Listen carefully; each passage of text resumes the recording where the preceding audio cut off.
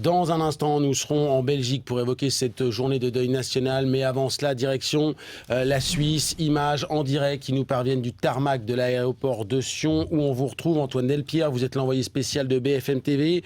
Les premiers enfants blessés dans l'accident de car de mardi sont rentrés dans la nuit et le rapatriement des dépouilles, des premières dépouilles a également commencé. Le premier avion avec ces dépouilles vient de décoller. Oui, en effet, ce rapatriement est en effet en train d'avoir lieu puisque vous le voyez, Jean-Nicolas avec moi va vous le montrer. Le premier avion a décollé, le deuxième est en train de se mettre sur la piste pour décoller. Un peu plus à côté, une cérémonie est en train d'avoir lieu. Les honneurs sont en train d'être rendus aux victimes de l'accident, des honneurs rendus par les autorités suisses. Pour ces victimes de l'accident. À l'intérieur des avions se trouvent les cercueils des victimes, des cercueils blancs, sobres comme le souhaitaient les autorités suisses. Ils souhaitaient une cérémonie digne, un rapatriement digne pour ces familles belges qui vont prendre aussi place à bord de ces avions à côté des cercueils.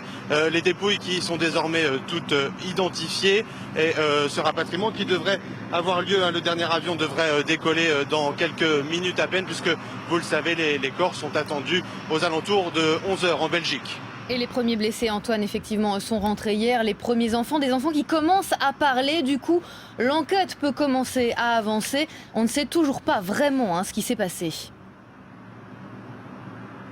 Oui, ce que l'on sait, c'est que cette enquête va être longue et compliquée puisque les enquêteurs jusqu'à maintenant restent très réservés sur les différentes hypothèses.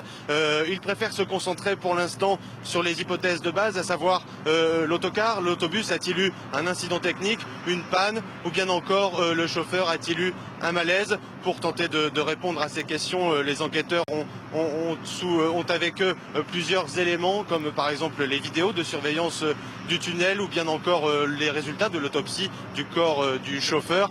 Priorité au direct, on retourne en Suisse avec l'image de ce deuxième avion qui vient de décoller de l'aéroport militaire de Sion. À bord, les dépouilles des 28 victimes de l'accident de car. Un premier avion a décollé juste après 9h, direction la Belgique, où un hommage national sera rendu tout à l'heure à ces victimes, les écoliers, les adultes qui les accompagnaient également.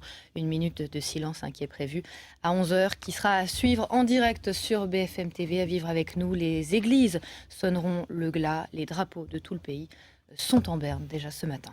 Et alors,